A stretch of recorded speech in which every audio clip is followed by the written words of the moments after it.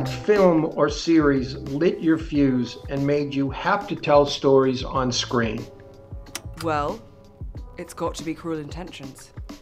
The modern masterpiece that is the adaptation of Les Liaisons Dangereuses, starring Ryan Philippe and Reese Witherspoon and Sarah Michelle Gellar, and all of our lives, I think, as teenagers were irrevocably changed the moment that movie started. And I went to see it, I suppose I'd have been like 11. And I went to see it on a date, on, I guess, my first date, but of course, because I was 11, my parents also attended. So maybe they weren't, or I wasn't familiar enough with what the movie was. And so I was sort of very excited to, watch this movie with this boy that I liked. And of course, it's really tough watching Sarah Michelle Gellar tell Ryan Philippe that he can put it anywhere when you're sitting next to your dad. And I think that probably what that did was, firstly, the movie is amazing. It's funny, it's a satire, it's sexy, it's baroque, it's heartbreaking, it's all the things that I want a movie to be. It's all the things that I want to make, which is, something that makes you feel something that you think about all the time afterwards. You listen to the soundtrack and you fantasize about it and you think about the different movies that, might come from it. And, and it's an enjoyable, it's like a deeply pleasurable experience. I think we so often, forget about that element of pleasure. But I think the thing that was also probably formative was that sense of absolute mortification of watching it and, and how sort of, yes, awkward the whole setup was. And I think really with all of my films, I actually think kind of going forward, that was something that I thought, oh, this is useful. You have people in a dark room, and you are able to sort of make them feel things. And those things can be sort of complicated and ambiguous or excruciating, or, you can make a connection. And that's sort of what I really, really always want to do. Wow. Well, no one's ever chosen that movie before or said they saw it when they were age 11. So that was very original, like everything you do. Well, I suppose so people, I mean, of course, there's like, there's always the world where I might have chosen like Joseph Losey's The Servant or Kind Hearts and Coronets, or, there are many, many, Peter Greenaway's The Draughtman's Contract. Like, there are so many movies that I've thought about so much, especially with regards to Saltburn. But I think that there is something to be said for the pleasure of movies that we don't talk about enough. I love your choice.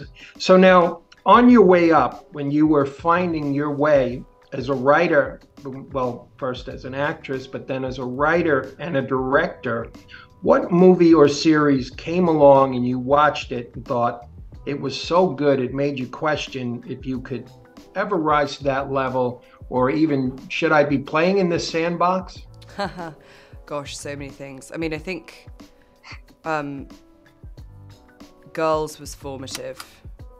It's so brutally honest. It's so funny. It's so sharp, and it's full of so much kind of self-interrogation. It's so, it's very, very hard to lacerate yourself like that, and so deftly and so beautifully, to the extent that people often think I think people misunderstood it actually and thought that it wasn't a kind of satire and that it wasn't self-interrogating, but I just thought it was exceptional. The performances are unbelievable. The sex scenes are so real, so sexy, but excruciating, and it has the feeling of being, of being a child still, but being in an adult's body and trying to sort of, negotiate who you are, who the world thinks you are. And it was so inspiring to see a woman who was writing, directing, producing, starring, you know, somebody who was determined to keep their own vision intact. It remains like a remarkable thing. And rewatching it, actually, I think with a little bit of distance as well, it's you know, it just transformed. It really was a transformative thing for TV, I think. Yeah. Well, now, as you're coming up, whether it was the success of something you did or maybe approval from someone whose opinion really mattered to you, what first gave you the confidence that in fact you could do this and you did belong, and this sensibility that you have for sheer honesty had a place? Well, I think it was when my third book was published, called Monsters, and it was very, very, very dark comedy. And it's a sort of peculiar thing, maybe in some ways, because it looks and is written like a children's book, but it is very much not a children's book. And when it came out, I think lots of people really liked it, but also lots of people, you know, really didn't, which is always the case, I think, if you're making something very, you know, personal and particular. But someone read it, an amazing, amazing girl called Jessica Knappett, and Jessica Knappett wrote and show-ran and starred in the British sitcom Drifters, which is just like, you know, a huge sitcom in England on E4, and she read my book and she called me up and asked if she just loved it, and she asked if I wanted to come and write on her fourth series of Drifters, and it was the thing that gave me my first credit, which meant I could then really start screenwriting kind of in earnest. Everything I learned from her, she was so brilliant. She's such a good teacher, but she's also an incredibly gifted writer, you know, and I think the fact that she took that risk really, really transformed my life. Wow. And also, you know, Phoebe Waller-Bridge tapped you on the shoulder and said, you know, I want you to replace me as the lead writer on Killing Eve. What did that mean to you? I mean, it was incredible. It was, you know, it was amazing, and it was, you know, it was a big responsibility also, and so it was something that I didn't take lightly, and it was a whirlwind. It was a really extraordinary time, yeah. But actually Phoebe wrote on Drifters before me. So Jessica Knappett also gave Phoebe her first credit. When you were making your way as an actress, was this always the plan? That you had stories inside you that had to get out? I think a little bit like Oliver, you know, it's hard to know, it's hard to plan for 15 years in advance. What I knew was I desperately wanted to write stories and make stories, and that I think the thing that I know about myself is I'm not a very good communicator except for when I make something. And so I think the last, you know, ever since I started working, it has been a process of trying to learn as much as I could, trying to, publishing books and writing TV shows and having a million scripts that never got made and books that never got published and, 1,000 auditions and being on TV shows where I spent the time watching how crews work, watching what saves time, what loses time, what works with actors, what doesn't, what's effective, so that by the time I was able to get my first short film financed that I wrote and directed, I felt like I was comfortable, that I kind of knew what I was doing. And then when that film, Careful How You Go, got into Sundance, it all happened kind of after that in fairly quick succession.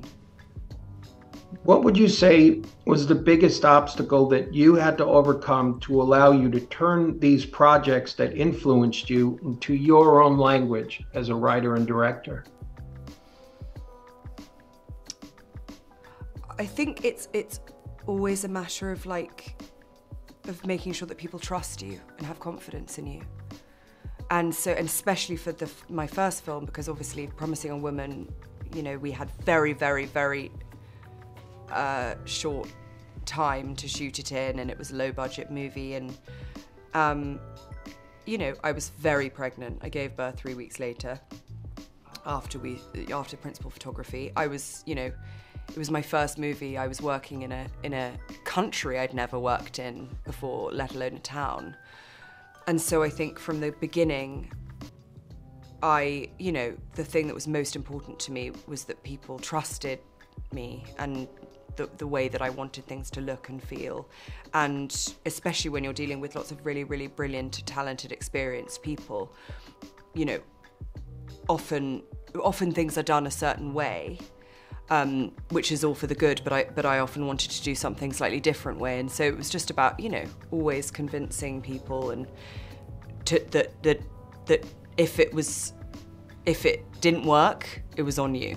That, taking responsibility. And I think that, that was a big thing, and I was just so lucky. I was so lucky that I got to work with people who did trust me and did let me make the film that I wanted to make. Well, now, last one. So, Promising Young Woman, that had some incredibly shocking moments. It's a kind of movie that sticks to you for a while, really, in good ways. And so now you follow up with what in some ways is a bigger swing creatively. Give me a sense as to what burned inside you to have to make Saltburn. I think it's something that it's a story that I've been thinking about for a really, really long time. But it makes sense to me now that it was the thing that I finished during COVID lockdown, because it is a film about what happens to you when you can't touch the thing you want to touch.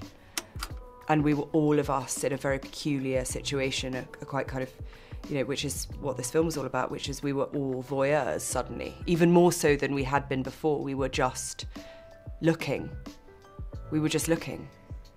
And we were looking at things that couldn't look back at us.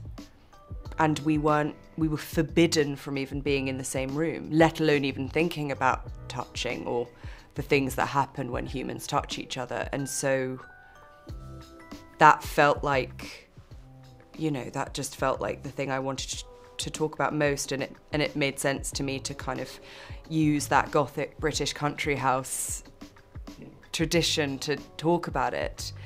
And but like everything, it's funny. We're funny. We're funny creatures, humans. And so, I suppose I wanted to talk about all of this stuff in a way that I hope, like Cruel Intentions is all of the things that was. It's deeply pleasurable, and sexy and horribly dark. That I think I wanted to feel what it would feel like to be in a room full of people again in the dark, and what would be the movie that I'd want to watch the moment I was allowed back into the cinema.